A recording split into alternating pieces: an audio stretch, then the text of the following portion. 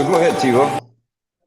Yeah, I guess, well, where the elections coming from is from Estonia. We had a local constitution workshop. We had about 10 people, so the minimum required. So you need to have 10 people at the minimum to be at the event. But we had like some people came early, some people came later. We had actually more participants than them, but at the end where the voting happened, you needed to be like, oh, wait, don't go yet. We should wait for that specific moment. Um, um, but the relations, like why I even like are in the stage of like having like local was because at the beginning, and we had this governance school, or like purpose it was like admin circle, something providing like governance help, and I wanted to support that, and all of that happened virtually. But when you wanted to interact with Intersect, like at events, you had to have a local event. So I was like kind of pursuing more relations with people who are actually doing local events. I would say that in Estonia, we don't really have like a Cardano community in anything, but that there definitely is interest on these things, and Web3 culture in general is like funded, and there are startups and things go directions there. There are even few like DAOs registering, but they are all still centralized like OUs, but they just, because they try to be something, but for legal purposes, they just cannot have that place. So yeah, in the INO, which is called Internet Native Organization, is trying to kind of make like decentralized organizations for Europe be like more easily acceptable, and like creating a legal framework. So through that connection, first we had like the Cardano introduction event, and then there was like interesting people joined and was like, okay, what next we could do, and say that there is a constitution workshop, and that happened. And now when we get like, once that was out, it took basically the same week. I've always planned like, okay, this is when I go to Argentina. This is where I like plan next days after that, and before coordinate with people. Can we have events before the constitution there or after that? And like people, because like it's a Latin America, and we have Latin communities here quite well connected back in the like Swarm days when we started and collaborating with when Kateli started. But yeah, like from the Volt Dutch team, who is like running that stuff, I do feel like a bit of like, I don't know, not that much of information coming into, like, I need to get the information through delegate, even though, because I'm alternate.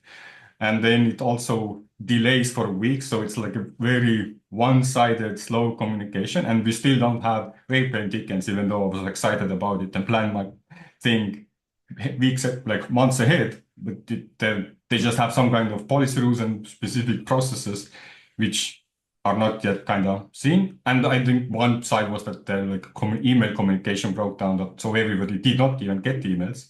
So that, I guess, added more to the confusion. But now, since the synthesis workshop started, I feel like, oh yeah, I'm finally connected with the whole bunch, and we are getting to like address what we have collected. And I think the Voltage team and I think civics committee is very involved there, like organizing and coordinating and like putting this information together so that we don't waste time looking at that much like raw data, but already disseminated data of all of these opinions from different workshops and directions and results. So far, the very good discussions. I will say, yeah, like I like to be in these ones. And next one is in Nigeria, and it's also next week we can join and learn more.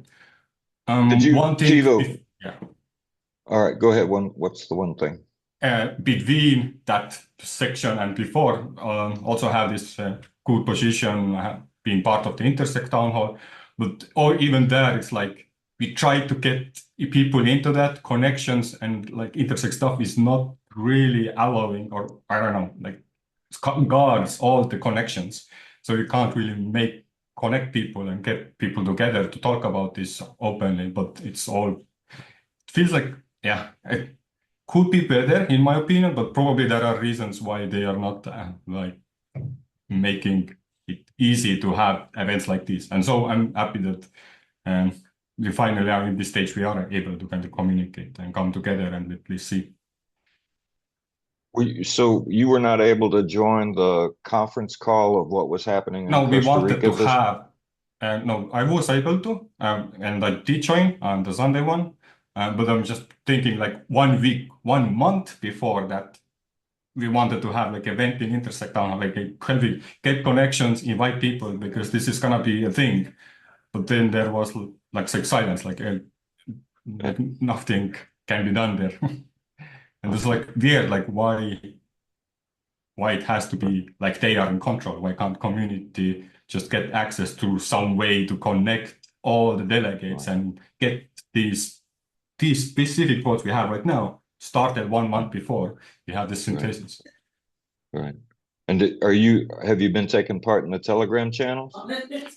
And now, not really, because I don't really use Telegram, but now with the Okay, synthesis workshops, I'm more connected. And because I'm still okay, wondering when the hell we are getting okay. the flight tickets.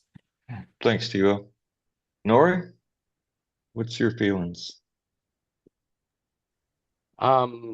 Just, I guess, for history, I helped facilitate the SIP 1694 workshop in Vancouver, and I was sent to Edinburgh as the delegate for the synthesis for SIP 1694. And at that time, it felt like we were, as a community, handed SIP 1694 and said, go talk about it. Here are the questions to discuss. And the workshops were very fixed and had zero community participation in how they were set up.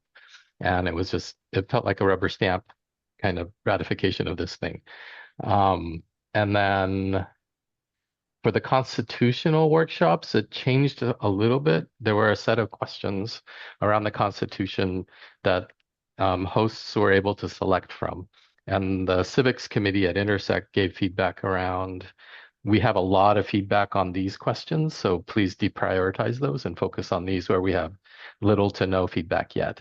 So it evolved as the workshops happened. That list of questions got shuffled around in priority. And I put on the Vancouver Constitutional Workshop, but I also hosted the Geneva Constitutional Workshop, and I was elected as a delegate for the Geneva Workshop. So that's kind of how I'm still involved in the process. And I've been attending the synthesis workshops. Telegram group is there. It's not really there for talking about the Constitution from what I've seen. It's mostly travel arrangements and stuff as they pop these kind of Right. surprise. You should go to Costa Rica now. And then everybody, there's hundreds of messages of people trying to get visas or organize tickets or hotels and things like that. But the synthesis workshops themselves have been fairly well organized. They're taking feedback from all the workshops and kind of looking at each of the clauses and rewording them based on workshop feedbacks.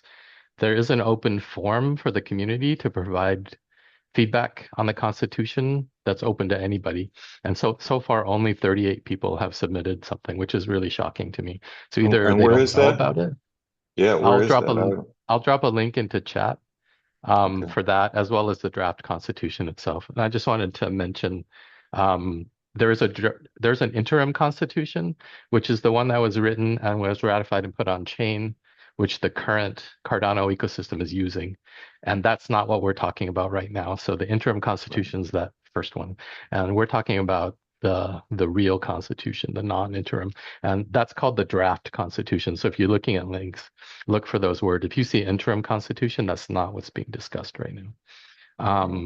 And I'll try to find and drop links to both of those in chat here in a sec. But there is a feedback form. And so the meetings are proceeding with input from a lot of different delegates. And it's amazing to see people from different countries. There's 126 delegates and alternates or something like that. And the synthesis workshops are arranged in a way it's facilitated by voltage control, and they're pretty good at reminding people that take up a lot of space to step back, and for people who haven't spoken yet to step forward and represent your community. And they keep reminding us you're there to represent your community, not necessarily your personal opinions. And so there's like all this stuff in structure, which I think is helpful. But so far I've been happy-ish. I wish we could have gotten involved as a community much sooner with the civics community or committee and had them working in public to say, hey, we're drafting a constitution. We're putting together these workshops. And so it wasn't kind of a surprise for us when all this happened and went down. But kind of that balance. People are bootstrapping as we go. So, but it felt better than the SIP 1694 for sure. Okay. Well, you weren't in Costa Rica? Did you take part in the online part of it? I was there online, yeah, for as much as I could. It was the same weekend I was hosting the Vancouver Cardano Summit, so it was a little difficult to be there the whole Okay. time. Okay. Um, okay. I want to welcome Arcella, who's also a delegate. I don't know Demilade. I don't know if Demi. they are Demi. Arcella, thank you for coming. Hello, guys. I'm sorry I couldn't be since the beginning. Here in Puerto Rico, we are having our elections too, and I'm in the way to vote. Okay. So yeah, but thanks Cool. for doing this space to discuss the topics around the yeah. Thank you for being here, and thank you for voting in Puerto Rico. What we're doing right now is going around with the delegates and alternates to kind of describe their experience of the constitutional process. And so if you would like to do that now while you're free, I would let you jump ahead of Quasar and Nadia. Yeah, I think it was a productive weekend because we discussed the topics, the questions that were asked in each of the workshops around the world, and everyone was able to express themselves, their opinions around the basically the what was the discussion in each workshop, and yeah, I think there's a lot of work to do, still a lot of work to do. So I think what you are doing today is very healthy, and I think we should do this every day, at least at till December, so so we can gather as much as opinions and try to change the things that should be changed before ratifying the Constitution. So yeah. Do you feel like that's possible to change it? With the process that I'm I don't know, but I think it's not gonna be possible. Yeah, because And how can that be? That's kind of like, and I don't want to put you on the spot, but I'm just curious why you feel that way, because that's just from outside, that's been my feeling. And I wonder, how can that be that this is an inflexible process? yeah, I think it's not possible because they are like gathering this information and then come back to make these changes, but in the process of making the changes, they are not getting input in those changes. I don't know if I'm expressing myself. No, that's pretty clear. That's pretty clear. Yeah. I could say, like James and I were at the last workshop in Texas a couple of weeks ago. And, based on what somebody else said, every workshop had different sets of questions. And it really felt to me like the questions we got were the ones nobody wanted to answer or ask.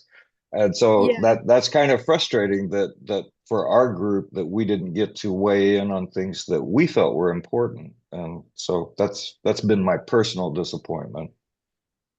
Yeah, and Um, other thing that I think is important that not every delegate and alternate was able to answer all the questions that were asked in each of the workshops. So I think that's another point to mhm. to have in mind. Yeah. Okay. Thanks. Quasar? I don't know. You don't usually have much to say. I'm wondering if you have anything to say about this. So I think I'll just abstain and listen. You know, it was really, really great. It was inspirational. I do have something. Of course, I'm being silly here. It does feel like there's very little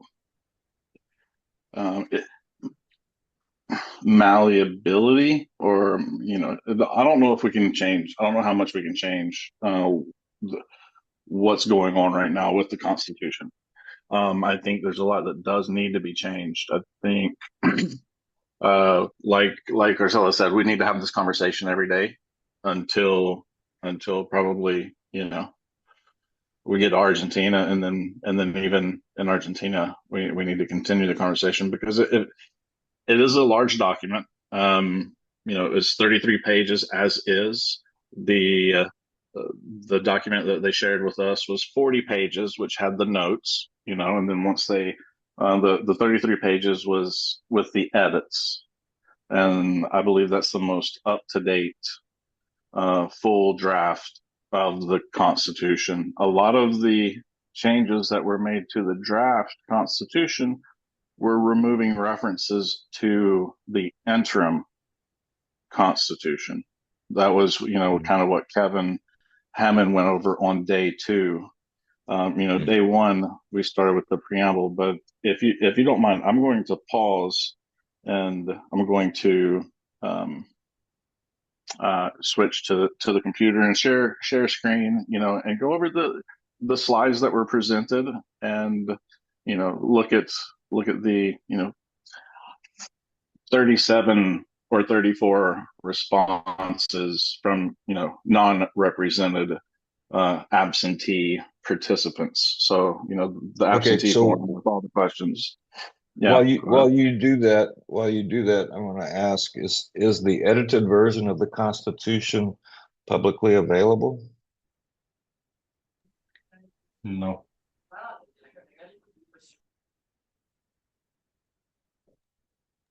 And we have a Chapman rule, so yeah, no names. Yeah. I get that. I mean, I don't get why they do that, but I get that you have the Chatham House rules. I think not some reason. Pedro, it's nice to see you here. Thank you for coming. Were you elected a delegate or an alternate?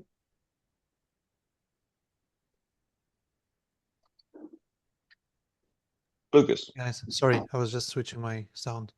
I organized the Lisbon. Hi, everyone. The Lisbon Constitutional workshop, and I was elected delegate. We have an alternate as well. We're both going to Argentina, and I'm also going to Kenya in a few days for the option B of what Quasar was doing, and Tavo remotely. I kept an eye on things.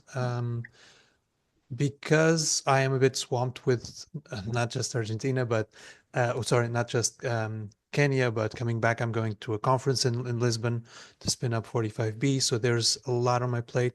I took it literally that we could opt to just be in Buenos Aires, or to be in Costa Rica or in Kenya. And so I'm just going to focus on that one. I have a flight like leaving at 5 a.m., getting there at 9 p.m. So 5 a.m. from Portugal, and getting there at 9 p.m. So I'm going to be studying a number of things. We have printed the Constitution for everyone that was on the Lisbon event. So I'm going to This is the draft one, like I think Nori was explaining. So I think everyone, in short, sorry, I'm just going on, Steve. Is that okay? Just Yeah, I appreciate what you're saying. I'm curious about your thoughts about the quality of the Constitution. yeah. Well, the first thing I noticed when we were doing this thing to print is that the main text is the first 6 or 7 pages, and then there's all the parameters, guardrails, and all those things. Yeah, right. So, right. So the main thing I would encourage everyone to read is those first pages. Also, in the discussions, it's been all the time. Sometimes people come into the discussion and start pointing out this is enforceable, that's not enforceable. It's established by now. Some things are not, some things are, and one thing that we covered a lot in Lisbon was that we still want to have a lot of the non-enforceable. I remember Quasar was on about this on the this weekend's synthesis session as well. Although some things are non-enforceable, they're very important to have in there because, as I've expressed several times from my point of view as well, we can't enforce almost anything. We can put some guardrails there to keep things right. It's literally just that. And what we can do is exactly like Arcela was complimenting what you're doing here, is to strengthen in Cardano, in our communities, this culture of caring, of wanting to know about things, wanting to have an opinion, and yeah, really think it's great. For example, what Nori was saying, that there's this form here going around. It's only 3 people submitted. I've heard about this form even since the constitutional workshops, but I've never seen it because it's tricky for everyone. As you know, Gimbalabs is a community. I would say Intersect is trying to spin up 10 work groups and committees and communities, let's say, of sorts, because in the end, it's our capacity as a single person to network and to what we can bring into our radar is very limited. So now, for example, I realize there's a lot going on around the budget improvement or a budget committee that I can't really put my finger on. I think Christina from Blink Labs is doing a great job at covering that. And yeah, I think yeah, we all need to pick up what the bit we can and trust on some, let's say, trusted parties that we know have been around for many years and that we trust to do the other parts that we can't reach. So can I ask you, in your mind, what's the purpose of having a constitution with things that are ungovernable, unenforceable, if you want to use that word? What's the point to that? Well, I often explain Cardano to people in contrast with Bitcoin, where we do have sort of like this collective mind. And so eventually when people vote, they're going to vote from their culture, from their values and perspectives. And the main thing that apart from the guardrails, like I was pointing out, the rest is really just a letter of good intentions, trying to summarize and distill, to materialize the culture of Cardano, the values and principles. So that's why I feel it's very important to put those in there, because technically we know that things are bypassable. We discussed simple things like Binance holding millions or billions of ADA. It's like it's not enforceable to just say we're going to blacklist them because the protocol is open. So it's exactly because we are in an open protocol and because we decide to have a human side to this open protocol, that it's up to us. The protocol needs to go all the way into each person's mind, into each person's values, into each person's behavior, and the Constitution is a vehicle for that. Say. Okay. Nori and Tivo, I'd like to let Nadia speak. She's also an alternate and hasn't had a chance to give her impression. I probably would echo things that everyone has said. I'm the Philly delegate. I was the alternate, and then Dave Nudes, who you guys might know, got a promotion on his work, so I became the delegate. So I'm just very, it's been really fantastic being in these discussions. And you know, in representing a community, it really is just that, is sort of hearing and integrating the spectrum of what you're hearing. And so I'm really trying to do that. Some of the conversations are as like wide as like, you know, zoomed out as the Constitution could be one sentence versus this. They're like really sort of at that level down to the really granular things. And so, you know, this group, I just have so much respect for what all of you are doing in this space, and you know, the depth of experience that I'm hoping that I just hear as much as possible from each of you that, you know, can be integrated into going into this process. And I'm also going to Kenya this weekend, so it will be cool to just be on sort of the momentum of this into that. So that's all. Cool. I want to welcome Joker, just made it into the call. Joker, what we're doing, we're going around and just letting the delegates and alternates, you know, express their feelings about the process so far. I think maybe I'll let Nori and Tivo have already spoken and they've got their hands up, and maybe if we let them talk, it'll give you some context for where we are in this moment. And then I'd love it if you could speak, Joker. Sounds like Go ahead, Nori. Thanks. All right. Just a couple of things. Somebody asked about not knowing about the form. I just dropped it into chat, so it's at the bottom there. So that's the official feedback form if you weren't able to make it to a workshop, or if you have additional things you want to contribute, please use that form. It's available for anybody to provide feedback. And it has the links to all the documents and everything you need to get up to speed on the Constitution, draft Constitution itself. I just wanted to comment a little bit about why put stuff that's not enforceable into the Constitution. I think the Constitution is kind of be the document that we all use. And most relevant is the Constitutional Committee will use this to make decisions. And those are human decisions to say, is this constitutional or not? So this gives them guidance to make those decisions. But also like a non-enforceable thing is a clause that says, if you are an SPO and a DREP, you must disclose it. And if that goes in and an SPO becomes a DREP and doesn't disclose, there's nothing we can do about it. But the people who delegate as a DREP to them as a DREP can then look at the Constitution and say, hey, my DREP isn't disclosing this. And maybe it'll help them choose a different DREP because this is explicitly stated there. And it just kind of helps guide the social contract between a lot of these things. So I think it's very helpful to have non-enforceable things if they reflect the ethos of our community and the things we want to achieve. So I just wanted to toss that out there. And also to remind people that what we're striving for, and it's mentioned a lot, is minimum viable constitution. So it's not going to be perfect. We're not looking for this whole inclusive thing. We're trying to launch with something that'll help us start the whole journey of decentralized governance. And then there's mechanisms to iterate and make it better. And there's already work streams being talked about.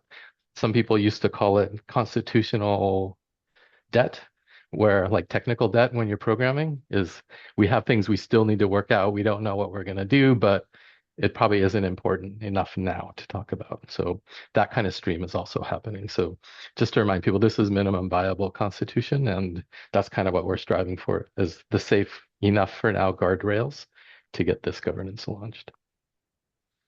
Thank you, Nori. Thank you, Nori. Tivo, what do you got?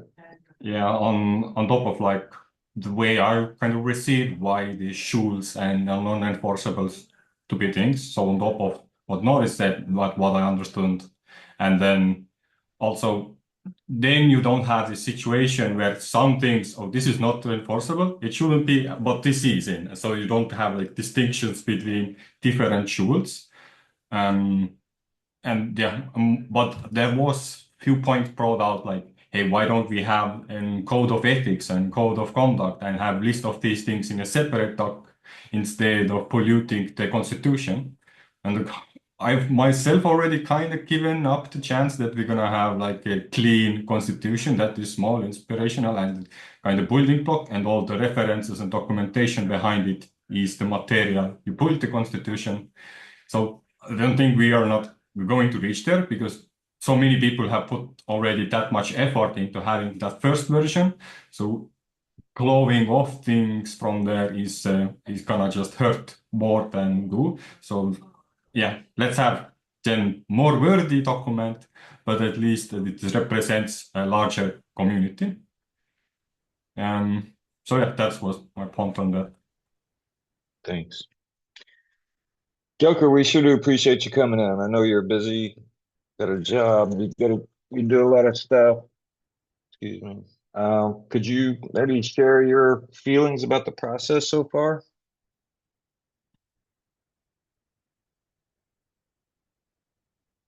Joker. Test. Yeah, give me 1 second to walk outside. Sorry. Okay.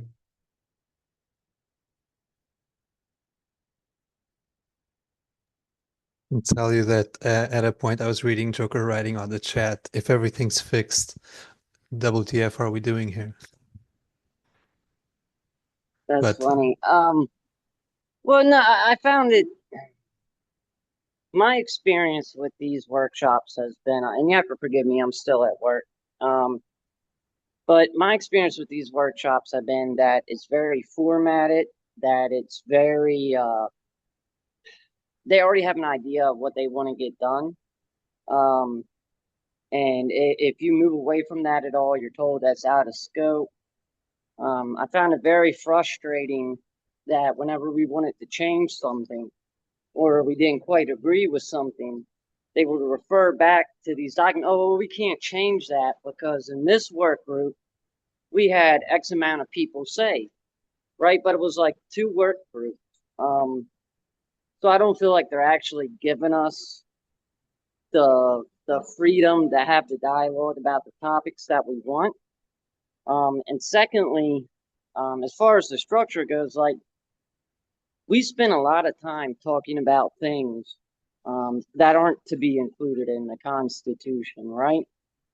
And so to me, the time management could have been better from the moderator. When we start having a 35-minute discussion about a code of ethics, when previously the group had already agreed that the code of ethics should be handled by a committee, so make a reference to it, but we don't need to go into it. And then we spent 35 minutes debating like this code of conduct and what that would look like. So my experience from it has been that there is not enough leadway for the community to take the lead.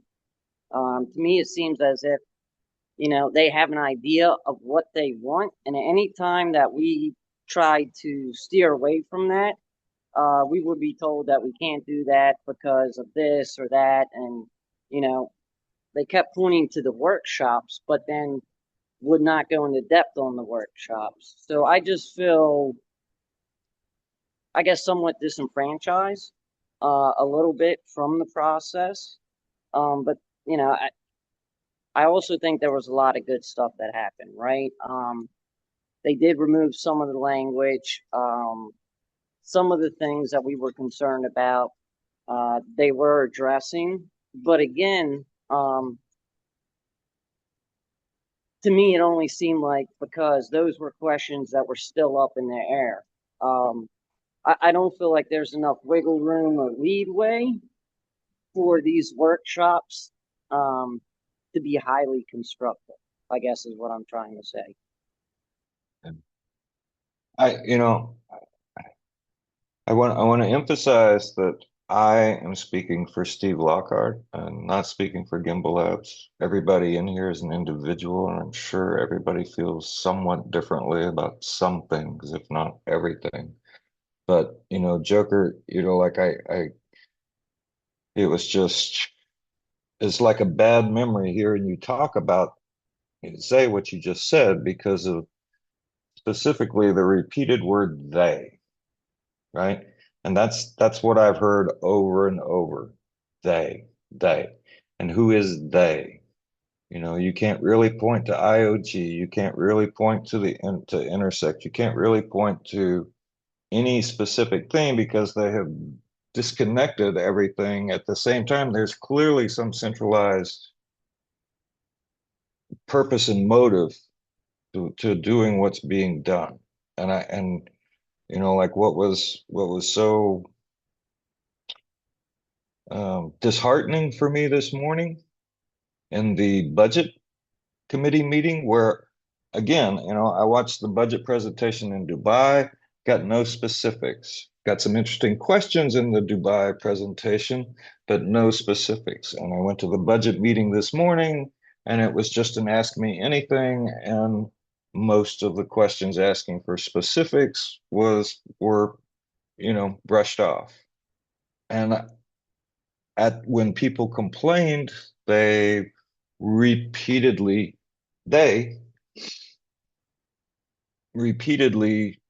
said, this has been an open process and everybody can join. And, like, this is not transparency. And in a certain regard, a lot of it, the way to respond to people from the community asking questions is gaslighting, right?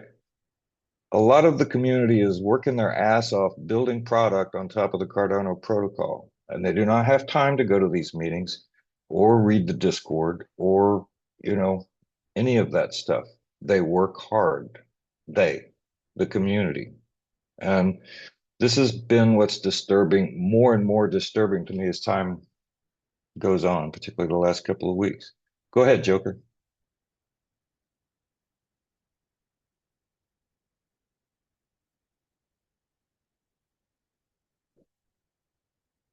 Joker, you got your hand Sorry, up? I had my hands full. I was trying to get to the mic. My Bluetooth headphones aren't working for some reason. Yeah. But I just want to put in there that I feel like that's a cop-out, right? I've heard a couple people say, oh, well, this has been going on for a year. And I just, point of order that the Constitution wasn't released to July. So, Right. you know what I mean? Like the very topic that everyone is engaged on, we haven't had a year, right? It's only been released since July. And then even most of the community didn't get to see it then, right? They've only been able to view it recently because they didn't want to release it till they got it done. Yeah. Yeah. That's a great point. Quasar, have you got is this a longer thing, what you're about to lay on us? It might go a little long-winded. I have been a little bit long in the teeth. So you guys stop me or please make it more conversational, if you will.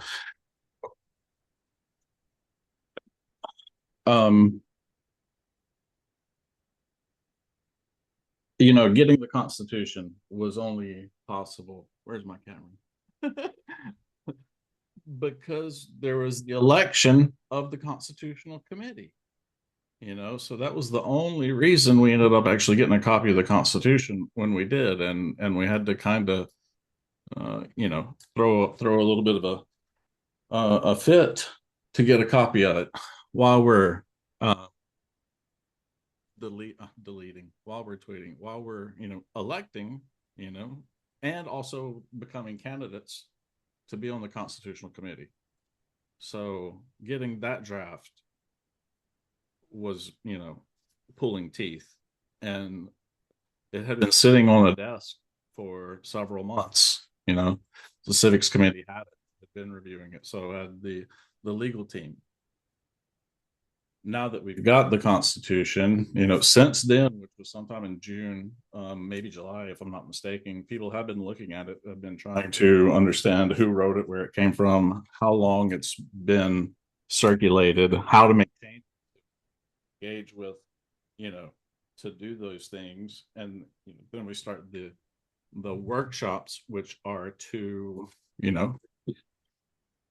look at the Constitution, look at the questions that were chosen by I believe the Constitution ratification group or the Constitution drafting working group. There's a couple there. Those are two working groups within the civics committee that I know of. You know, despite that being backwards, should we have even elected a constitutional committee, whether it be interim or not, without having the interim constitution? Should there have been a 2-epoch or 10-day notice to, nominate yourself, run a campaign, and also vote? All of the instructions up to becoming a candidate were incorrect. There were things that were wrong as far as having to create a DREP address, the gov site, all of that was down for most of the window to nominate yourself or to become a candidate. So I'm bringing the election up because that's where the Constitution, as far as the greater community, that's where it came from during that hectic time. Once we received it, we did it, then we started these workshops, which I don't know when the first workshop was. I would need to look. Yeah, I'm probably moving back and forth. I'll try to stay. No, he's talking about your mic. It's like your mic is connecting and disconnecting. I think it's me rocking. I'm just going to stay close to it. Yeah, I get it. It's really hard. I need a headset. I'm gonna pause there because I want to get a drink. Okay. But that was our introduction to this Constitution. Now, where I would like to go with this in a moment is during this synthesis workshop, we had a form, not what was on the screen or being shared. We had, I'll count how many pages in a moment, with questions that had, things that were addressed in the workshop and some notes on it. I'll share it in a moment, but it wasn't what was being shown on the slide or presented during the meeting. So it was very confusing figuring out what exactly we were talking about, where it was in the Constitution and where it was in the collection of constitutional workshop questions. Yeah. So I'll be back in a moment. I'm listening. I want to clarify what I was saying a minute ago. Like when Joker was talking, and we say they, I know he was talking about the people that were facilitating the Costa Rica workshop, but they were not chosen by anybody in the community. I understand the civics committee and the budget committee and all of these working groups, that they is us, right? That is people from the community who stand up. But when we start talking about a process that to me is important, I'm not blithely going to accept a document that I don't feel can withstand the test of time. I want to believe in a constitution, that it's something that we can live with. And I don't feel like, given the process as it's been experienced and described, is that. I've never heard anybody, and I've been in hours and hours of meetings this last month, hours of meetings. Nobody likes this Constitution. Nobody thinks it is succinct. Nobody thinks it captures what can be captured and expresses what should be expressed. Those are strong statements. I love the Constitution. So you're not speaking for me. Yeah.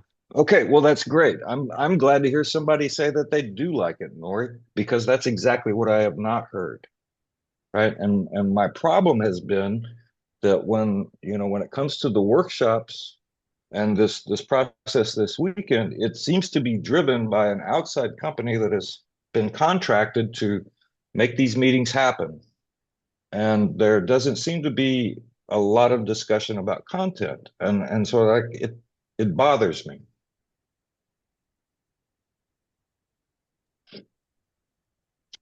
Ken, you've had your hand up. Yeah. So let's see, how can I articulate this? So I don't know if people agree with me or not, but it sounds to me that there is some sort of, let's say, misconception here. At least that is my opinion. So the most heavy work when it comes to put stuff into the Constitution, that will basically happen after Shang 2, because that's where Nuri can make proposal and take out, make a as a DREP, propose to remove XYZ code of conduct and all those things that we are debating.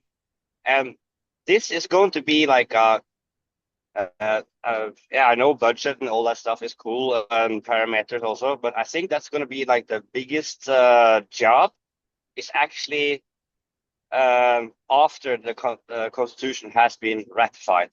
And here again, the sole purpose for creating, and this is my opinion, I don't know if other people agree, but the sole purpose here is to have a minimum viable constitution that makes us able to do the big job on the constitution afterwards.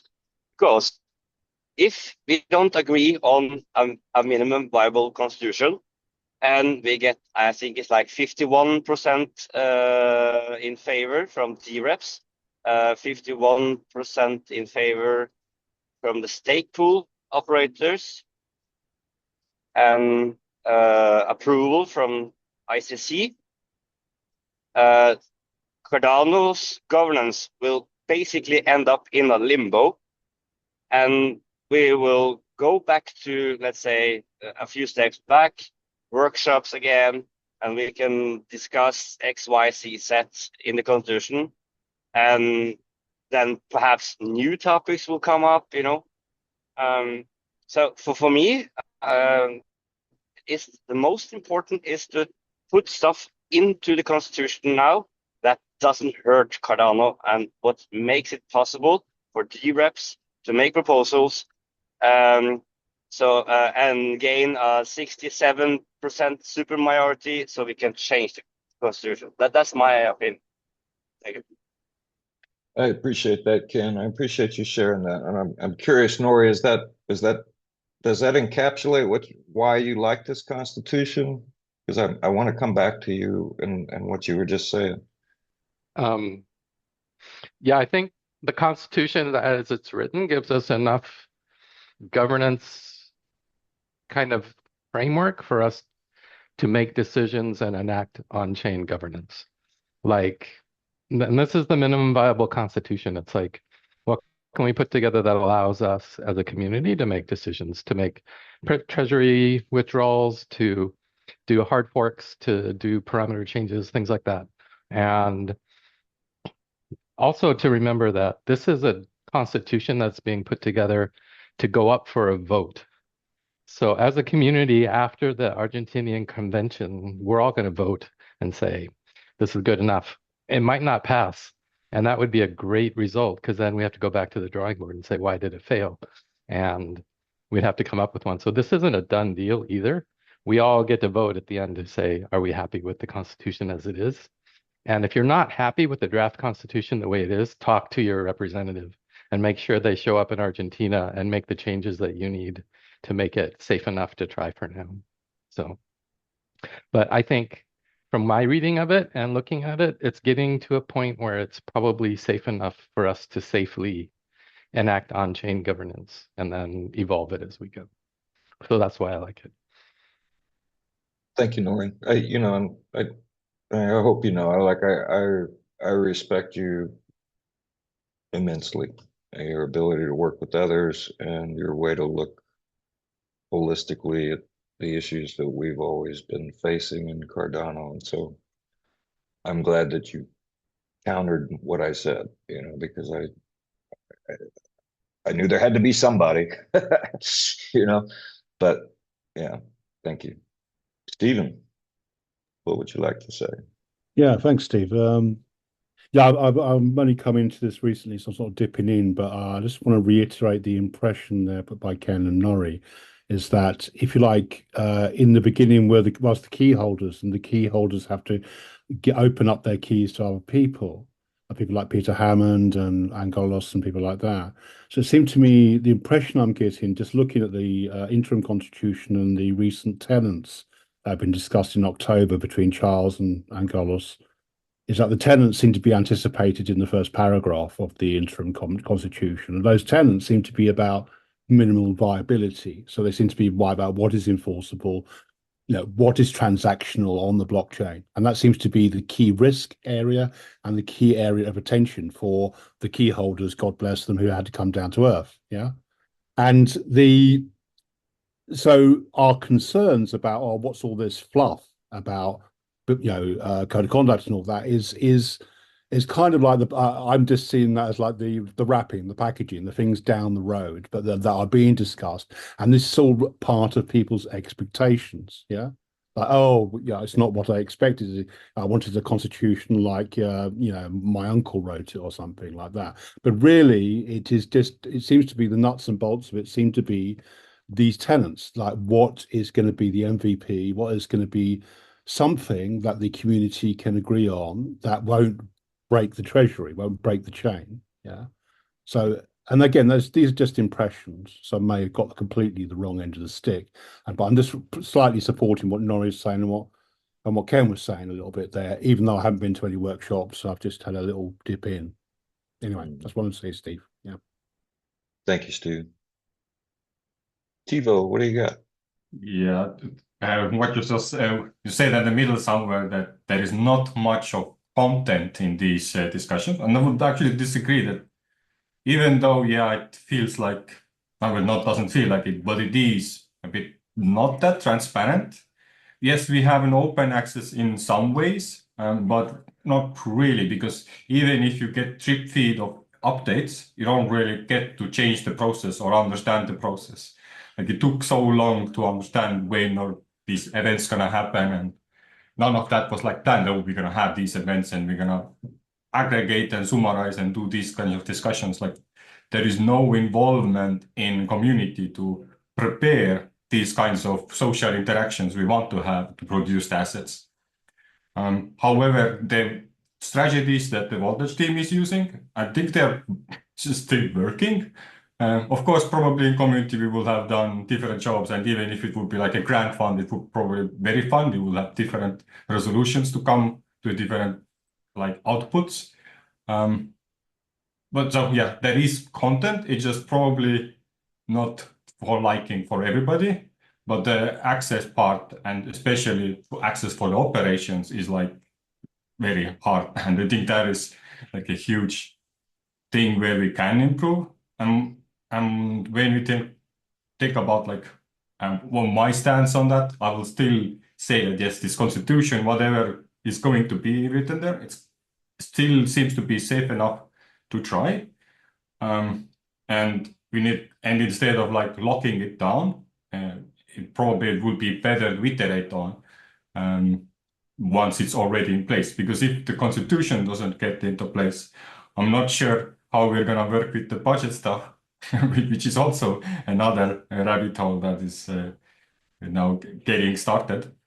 But one thing I think Norrie mentioned, like just that about like D-reps, that hey, just delegate to them or have you. Like, if you compare the catalyst, it is still a plutocratic system, so I'm not really expecting any no votes, like large no votes here against the constitution, whatever the output is. So yeah, we are on the process already, but I do hope that the people who did get in and get elected and are fighting for those positions get to slowly have these like statements and inspirations written on the constitution itself or underlying process of how we do things in future. Thank you to you. Nori? That Hippo just made me realize that kind of this conversation has been about two different things. And I just wanted to clarify my position is the Constitution itself, I think I like and I love how it's coming together. And I think it's safe for us to move forward as we tweak it and get it ratified. I hate the process that was put around coming up with it. Like, I don't think it was inclusive. I don't think community was consulted enough. I think there was huge amounts of room for improvement there. So don't get me wrong. I think what I'm sensing is 99% of the frustration is the process and not the content. And I just wanted to verify that is, are there people who have issues with articles as they're written in the draft? And what are those issues? Or is the issue mostly around the process and the inclusivity and the conversations and all that? Because I agree with that. I think it wasn't handled as beautifully as it could have been. So I look forward to providing a lot of feedback in that space particularly, but the Constitution itself, I think, is like it's pretty good. Just if I could say something before Nadia speaks, like in the budget meeting this morning, what they kept talking about was that November was their socialization process for the budget, and I really didn't like the feeling that I was being socialized. There's this part on, both in the Constitution and in the budget, I feel like we're being filtered. And, that's not open and permissionless, right? That's like wearing you out until you decide, I don't have time for this shit. That's what it feels like to me. But it's just I hope that's not too cynical to say, but yeah, Stephen, socialization equals figuring out who your friends are. Yeah, that's there you go. Nadia, what do you got? I'm going to make an observation that I feel like in the conversations where we are wary of this document, like becoming something that governs us, is that we just generally as a people it's like a human trait not to want to be governed in a way that you didn't have a say in. And I think that, if what we're producing here together is something that it's built in the ability to have a say in the future, not just us, but everyone who it's going to affect in the future, that ability to make changes and have a say and to incorporate, advancements as they're happening, to be flexible to things as they emerge. It does have to start somewhere. And but I also it really is a challenge in our space to collect everything from everyone. And so it feels to me like the growing pains and of the process of coming to decisions really has a lot of space to be added to, but that this, there's lots of different opinions on what should come to fruition, but also we can't experiment and test things out and see how they actually work and see if the things we're concerned about actually do happen unless there's something in place, a basic thing that we can start with. So yeah, I think this conversation is really helpful because people also have really different levels of involvement that have happened. Like Nori's involvement is so different than my involvement. We all have different perspectives based on that. And I think it's helpful to sort of paint that bigger picture in a way that we only can if we're all both involved in the process and sharing what's happening as we're in it. Lucas, I'm going to go to Joker first because I know it's a little bit more difficult for him. Joker, you got something? Yeah. I'm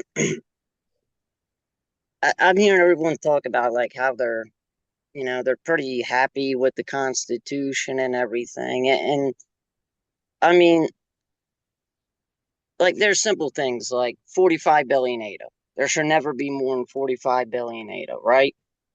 Simple things like that were not in the Constitution, right? Do we really need to be able to have more ADA? A Lovelace breaks down to 1 million, or there's 1 million Lovelaces in an ADA, right? So I just don't feel as good about this Constitution, I guess, as some do. And everyone keeps saying, oh, well, we can alter it later. We can work on it later. And I just want to caution against that, because that takes a high percentage of stake.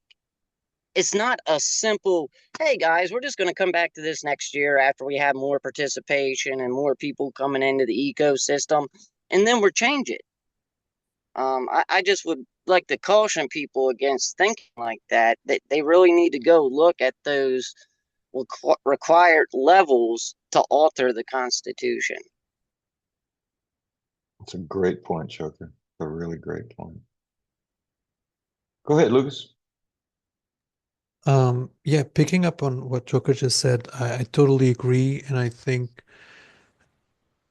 I also feel that I would love to have more concrete things to say, and I'm going to do that work from here until Saturday, to be able to represent a bit the people that voted for me in Lisbon, and to be able to say, okay, I found this and this and this, and I wish this doesn't conflict with that, or that this value or something is more represented in the Constitution. But for now, I simply didn't get there. And unfortunately, I feel that's how a lot of people feel. And again, this was sort of, I don't want to say by design, but it was by consequence of what Nori pointed out, that the process wasn't that open, and it wasn't that inclusive or that well promoted. And I think this connects well with what I initially raised my hand to say, which was picking up on what Steve said. There are people on Cardano that, like many of us here, are just here just because they love the community, they love the concept. I was between jobs, for example, and then I decided to turn my IT career into this. And everyone has their motivation to be around. I can see people here that build, that come from Web 2. We all have some connection here, some investment. But then there's a lot of people, what has been referred to in this call as they. I don't want to separate so much from them, but I've seen always, even I was remembering the first day I jumped on a Catalyst town hall. Danny was there to welcome me. Someone was there to say hi, but then it was James that really welcomed me in a town hall, in a town hall room. Sorry, after town hall breakout room. So this is really just to be very clear on, and if we think of it, there are some people that are here working, it's their day job. They're on a payroll, they do their job. And for example, we saw that, and sorry, I'm being very, very blunt. I'm just sharing my thoughts. With Marlo, for example, there was a team of, I don't know, 10, 15. And then when they stopped being supported by IOG, you saw who really believed in the project. And I think that's concerning to me, because the people, like we were saying, the people that are coordinating this effort now are actually people that are on a payroll. They have this mandate, this job to do it, and they're going to walk away. Most of them, I would say, as soon as the job is done, they're going to move on to other things. On the other hand, for example, I have some people in Portugal that I met at the Cardano Summit that went to the event because they realized Cardano is taking on this governance thing, and they are organizing citizen meetings. They're organizing blockchain, like DAO-like things, but more focused on governance. And those people haven't been brought over to Cardano. So that's another side of things, where people that do work in governance as a day job still don't really, we aren't engaging those people. And I think the fear that people from Intersect side, let's say, have is that they have to deal with a lot of people that go to calls and repeat themselves for tons of times, that take the discussion back months, and that's what they're afraid of. So it's very, I also grant them that it's very hard for someone that's sort of a professional, or admittedly professional governance person that was hired to spin up the governance of Cardano, to then be on a call with 30 people with different rhythms, different views. Some of them are very philosophical, others are very, I tend to be more, down to earth, like I was writing in the chat. So yeah, there's a lot of different flavors, a lot of different people in this equation, and it's important to be knowledge, to keep that in mind, and to not be smoothing down things. We're not all just friends and doing things. Many of us are here because we want to make our professional life of this. I, for example, believe it's a lot better to work in this than to work in wealth management, turning the gears of banks or something. And especially after discovering Bitcoin and what it can do in terms of macroeconomics, that's what I'm here for. So yeah, I think that's what I wanted. Thanks. I appreciate that. And just again, if I can clarify, me being triggered by Joker using the word they, like it's become the word for people who complain in the United States, that it's always they, and like they get made fun of for using the word they because it's really hard to pinpoint actually who they feel is putting. And so for me, it's the ultimate regrettable thing that's already appeared inside of Cardano's governance conversation, is that that it's even expressed this way, that we say they, and it's, in one context we know who they're talking about, and in another context we're not really sure who they is. And so this is, it's like, for me, it's the beginning of going down that slippery slope when we start talking about the government in terms of they. And we don't even have the government yet. Ken, what would you like to say? So I just want to for example, so what Joe said regarding the hard cap for ADA, and so I have very hard feelings around having a hard cap, and that should be, in the Constitution. But if you look at on the other side, we don't have it in the Constitution now. Are you or you guys scared that someone will actually make a proposal to increase the hard cap for Cardano, and because everybody is happy that Cardano has this hard cap, so I don't think an issue like that specifically will come true. Ken, we couldn't understand you, and I don't want to assume that I know what you just said. So I don't know if your signal was dropping out, and I don't know if you can re-say what you just said. And sorry. So regarding the hard cap, Joker mentioned, are we afraid that someone will make a proposal that will get a super majority to change the hard cap after the Constitution is ratified? Do you think that? Do I think that? I don't know. I don't think there's anything wrong with emphasizing that.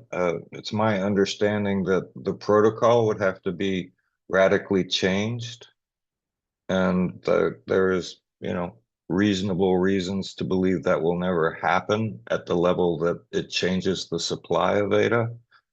So, I understand what Joker was saying, but I understand what you're saying also, Ken. Yeah, because there is no rationale for you or anybody else to, let's say, increase the market cap and dilute the value of your own in tokens. That's my rationale. Yeah, I agree. Quasar, you're running out of time, buddy. 10 words. You get 10 words. I'm kidding you. If it was the communication that people that we're unhappy with, what do we do with that, if anything?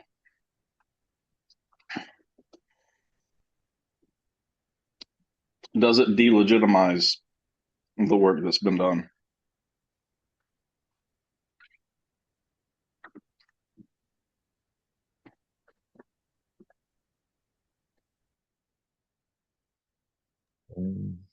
I don't know. Does anybody have a feeling about that? Jonathan has, but his mic maybe is off.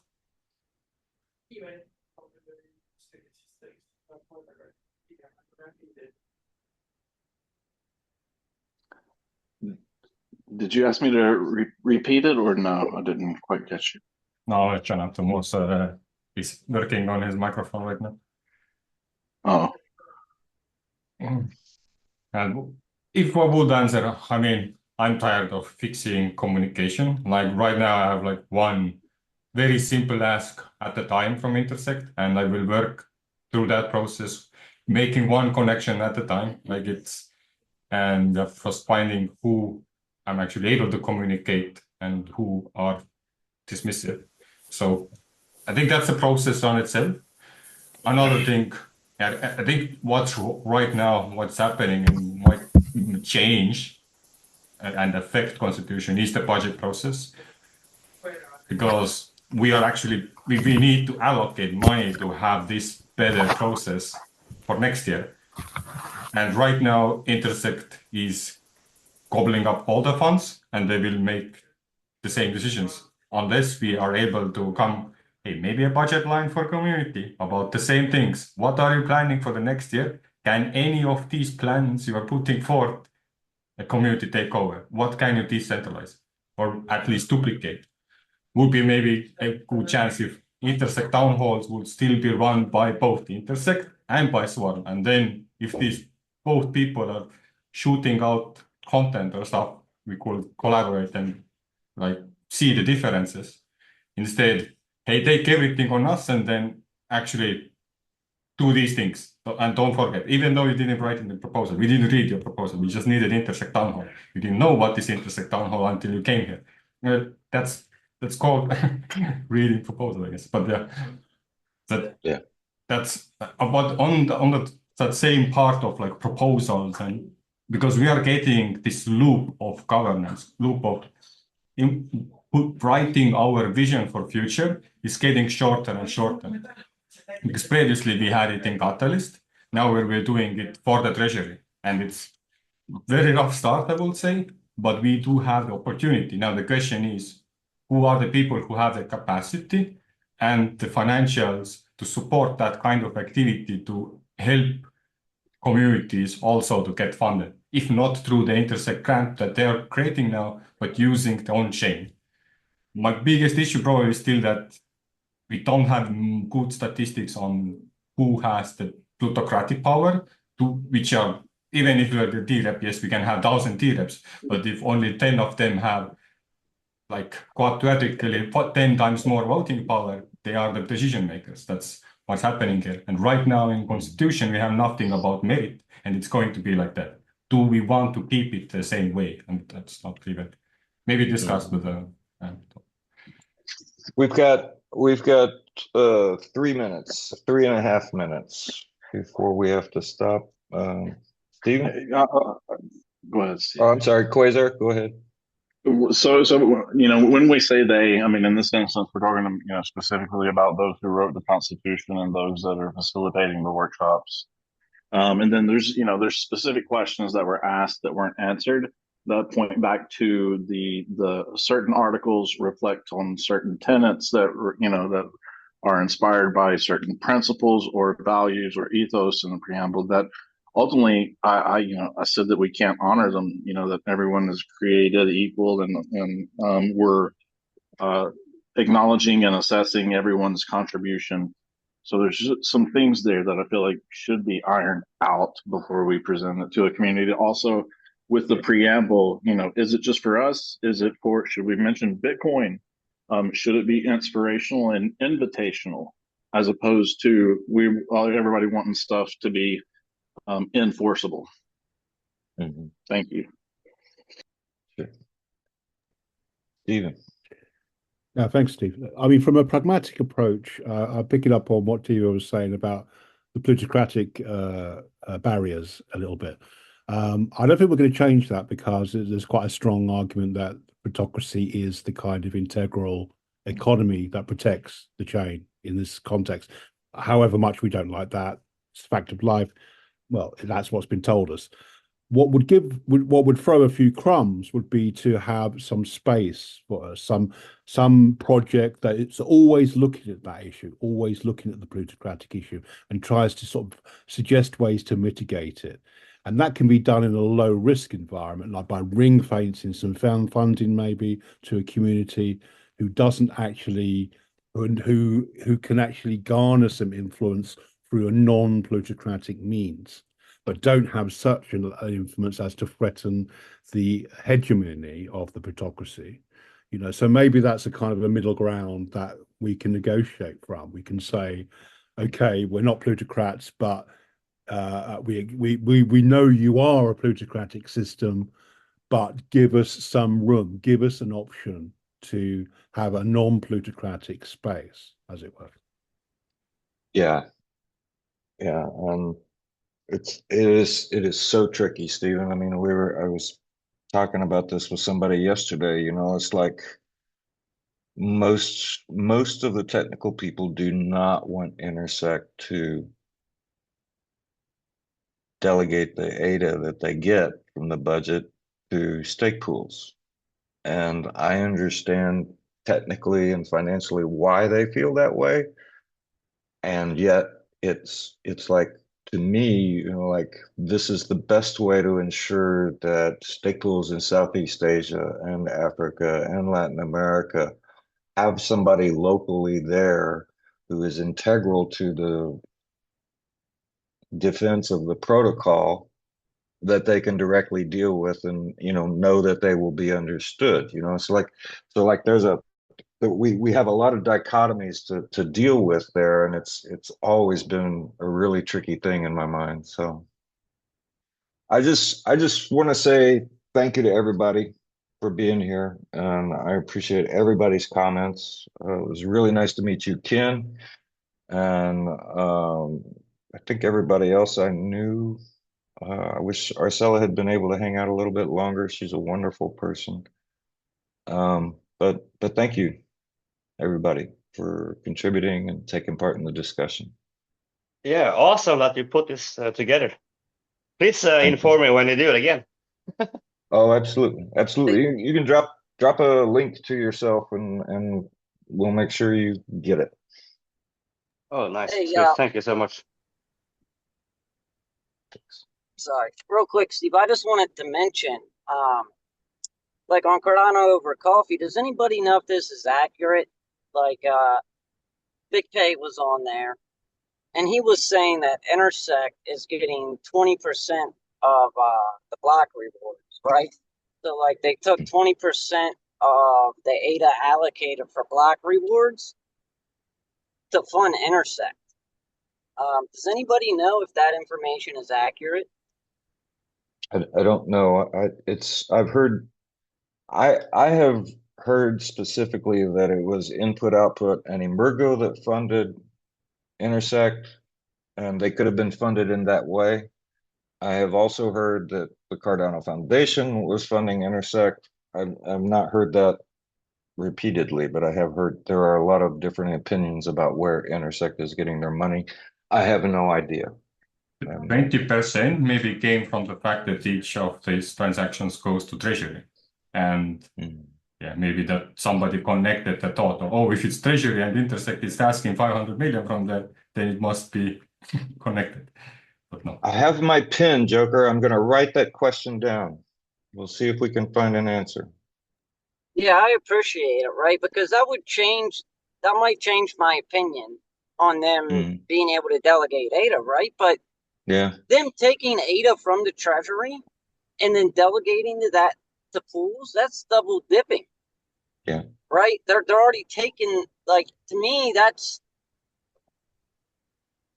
It depends who do you vote for. Like if you are doing like XPO is doing, like have a rotation to like this minimum or like this single stake pool operators or mission-driven operators, and you find these few people who are having like intent and then allocating 3 mil to that, you actually give them the revenue to keep up what they're doing and have that protection. So that is that side. But who is going to organize that, and are we going to get it through that through this constitution? I'm not so sure.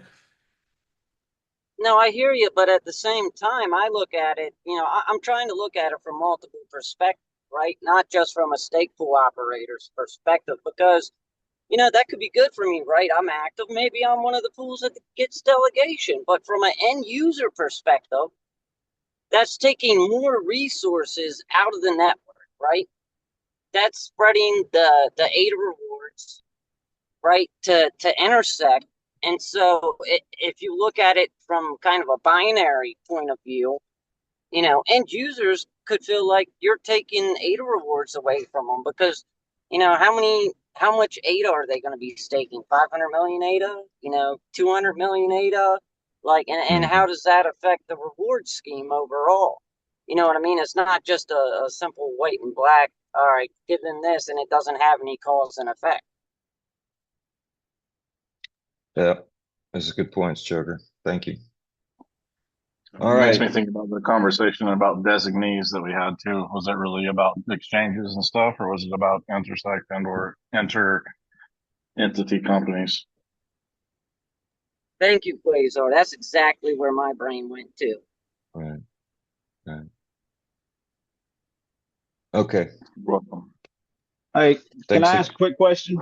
Sure, For Scott. anybody listening to answer, like I haven't been around for a while, so is this whole constitution what's written in it when they're referring to protocol? Are they referring to SIP approval and implementation? I don't think so. Straight Cardano or Boris type protocol. Mm-hmm. Okay. All right. Cool. Thank you.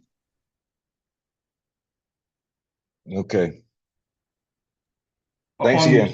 On some side, it is SIP. So I'm sorry, but the intersect is implementing SIP, just one feature at a time, like these committees, these elections. Yes, they kind of emergently incubated, and the open source office, I think, took a lot of initiative to show these patterns of how to do these elections and what are best approaches to find the people in these spots. But the initial kind of why do we even have committees and is coming from SIP. So we have a minimum viable governance that where we're going to make a minimum viable constitution, and then we I guess start iterating from there. So all of this is kind of chaotically put together, and somebody is in a hurry and wants to do it fast. So now we're just everything that doesn't get fixed or has conflicts is work stream, dismiss, or I don't know, talk somewhere else. Yeah. I got the Go answer ahead. for the question. Okay. So intersect in the bootstrapping phase that they are currently in now is funded by membership, Emergo, and IO. Yes. Thank you for that confirmation. No problem. No problem. Okay, thank you. I have to go now, so you guys take care, and excellent stuff going on. I put my contact details in the chat here, so please reach out to me next time you're firing up. I will. I got it. Thank you. Take care, guys. Bye-bye. You too. Bye, everybody. See you soon. Good one.